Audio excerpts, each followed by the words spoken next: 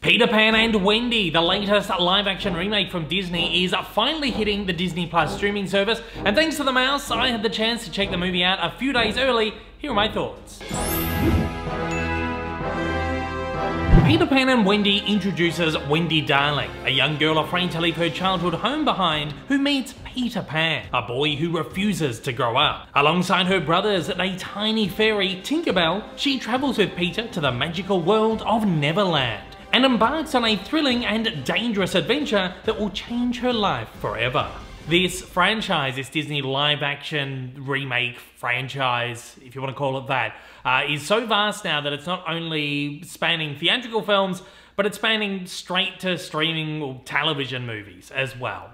It's been very clear so far that the movies that Disney decides to kind of delegate the live-action remake to the streaming service are the movies that the studio probably has less faith in doing very well at the box office. Smaller, more kind of quainter movies like Peter Pan and Wendy, Pinocchio, Lady and the Tramp, are the ones that they're delegating to the streaming service. I did have a little bit of trepidation going into Peter Pan and Wendy. As you all know, I've liked most of these movies to varying degrees. Some of them I really didn't like, some of them I really love, but I feel like I'm getting a little bit more trepidatious every time I go into them, because more often than not, more recently, these movies have been pretty average.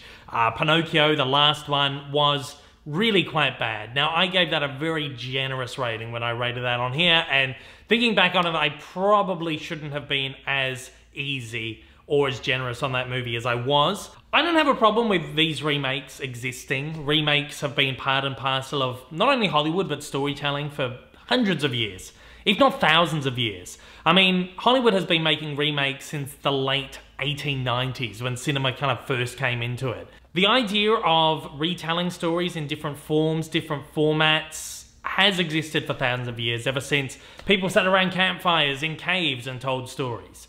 So I have no problems with these stories being told numerous different times, even if it is numerous times in our lifetimes. I have no problem with that, because that's all part of storytelling.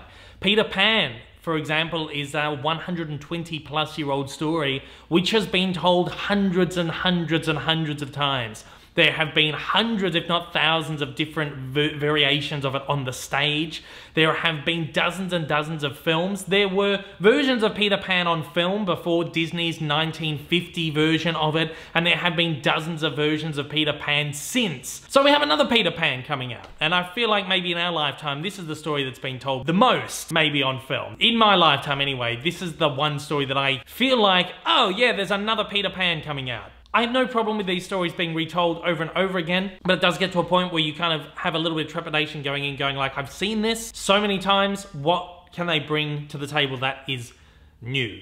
In this case, we're telling the story from the angle of Wendy. So it's kind of Wendy's point of view on the whole thing.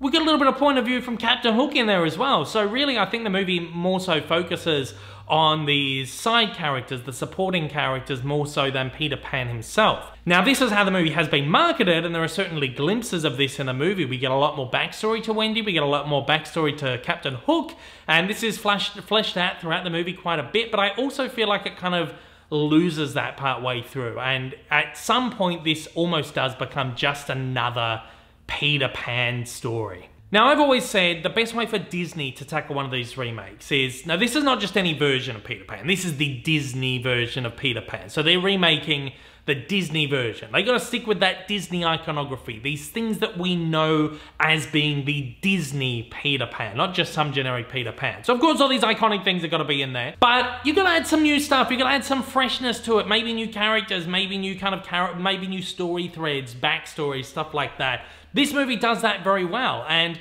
at only 100 minutes, it actually manages to be a really decent adaptation of this without overstuffing it with just way too much stuff. That was the problem I had with Aladdin. You know, a lot of the Disney animations, particularly the Renaissance movies, they were all just sharpened down to their finest point. They were perfect. Perfectly structured movies. There was nothing in them that didn't need to be in there. And my problem with Aladdin was that they just shoved so much stuff into it. It expanded like this 80-90 minute movie into like a 2-hour extravaganza. And it was just way too much new stuff stuffed into it that it lost that kind of brisk nature of it. But Peter Pan, I feel like, gets it right. Peter Pan hits all the iconic moments. All the like beloved scenes and just visuals that you recognize, you remember from Peter Pan. They're in this movie, but they have added some newer things in here, like backstory for Captain Hook, backstory for Wendy. As I said, there's a really great exploration of the relationship between Captain Hook and Peter Pan, which we'd never quite seen before. Does it in this new way, a really beautifully heartfelt, touching kind of way. There was a point though in the movie where I feel like they kind of tried to backtrack on what they were doing. It comes later in the film, so I don't want to spoil it, but it does feel like they got to a point in the movie where they did all this really elaborate stuff with character work, and then suddenly it hits a wall, and it almost feels very much like the studio has come in and gone, yeah, no, you know what, actually, last minute thoughts, we don't want to do that. Let's kind of reshoot a couple of things and just like kind of bring it back a bit. I reckon if you're going to do that kind of thing, if you're going to add stuff to it, embrace it, go all out with it. Don't backtrack on it at like the final moment. So again, I think there's just something in there that kind of holds it back for me for being just like that kind of the perfect thing.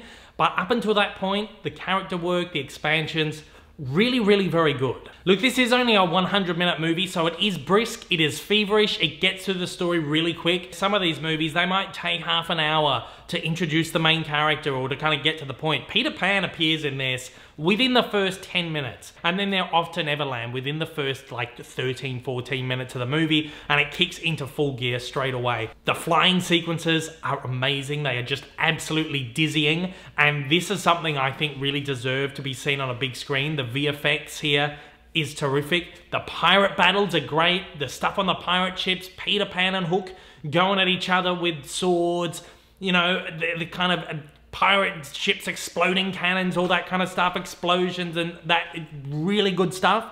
Like those battle sequences, very high quality, very good. And it just, the problem is though, it does feel like it is on a smaller scale because it's this television thing with a smaller budget, but it does good for what it is. In fact, I think this movie would have done really, really well if they had thrown a bunch of Hollywood money at it, had they given it a theatrical budget, an epic scope and scale, and shoved it on the big screen, a theatrical release. I think it would have been a lot better. I don't know how well it would have done financially, but I think this would have been an absolutely killer film. All that said, David Lowery does a really great job in the director's chair here. I mean, no one doubted that he would. He's a great filmmaker. He's a terrific filmmaker, in fact. He's a great visionary. He has a wonderful style. His movies are fantastic. The Green Knight, it was just absolutely blew me away.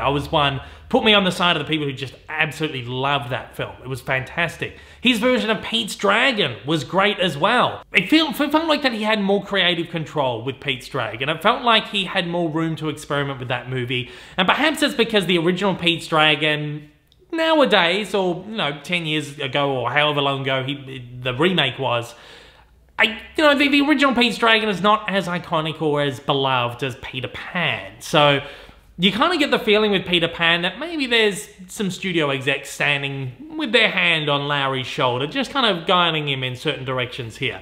You can feel Lowery is in here. There are certain glimpses of him, of his filmmaking style, but you never feel like he goes 100%. He never goes as far as he really wants to. I also feel like the non-Disney version of Peter Pan, directed by David Lowery, is easily the best Peter Pan live-action adaptation we will never see. So you give David Lowery free reign over Peter Pan. He's not hampered by the Disney IP, the Disney iconography. He gets to go straight back to source, J.M. Barrie, re-envision everything himself, put it on the big screen. I think that is the best version of Peter Pan we will never get to see. And I say this because I think Lowery is just such a suited director for this work. His style is so wonderful, so fantastical, and we saw with The Green Knight what he can do in that fantasy world. And I think if he was able to go 100%, and I feel like maybe it is this Disney iconography and this kind of Disney exec pressure, is stopping him from going all that way. If he was able to go all that way, man, this would be a spectacular film. But unfortunately, this movie just has so much working against it. It is hampered by so much that is really held back from being the movie that it could be. At the end of the day, this is a decent film. It's not terrible by any stretch of it, but it's not a great movie. I enjoyed it for the most part. A lot of stuff in there that I did like. I didn't speak about the actors, like they're all great. All the performers in here are really wonderful. Jude Law is having the time of his life. You can tell that he is just having a blast in this period of his career where he's doing all these all this character work, and he's just loving it. He's having so much fun, and you can really feel that. Everyone in this movie is having fun. So there's so much in this movie that I really, really loved. There's a lot of stuff that I just felt didn't work as well. I think people are going to respond fairly well to this one. People are going to respond vastly better than they did to Pinocchio. That is for certain. And if that is all that you hope for, if that sounds great to you, then you're going to have a blast with this. Again, these live-action remakes from Disney are just so divisive that sometimes decent is just good enough. It's a charming movie. It's an innocent movie. It's a movie that has a lot of great heart. It's got decent production values for what it is. It's got great cast and creatives involved. There's so much working for this that it is fairly enjoyable. And if you love Peter Pan, perhaps as much as I do, not necessarily just the Disney version, but just the whole story, I think there's going to be something in this that you do really, really enjoy. And with that, I'm going to be giving Disney's Peter Pan and Wendy a 3 out of 5. I want to know your thoughts on Disney's Peter Pan and Wendy if you've had the chance to see it. If you haven't, I'd like to know, what are your expectations like? What are you hoping to see from this one? As always, join the conversation down in the comments below. Until next time, take it easy.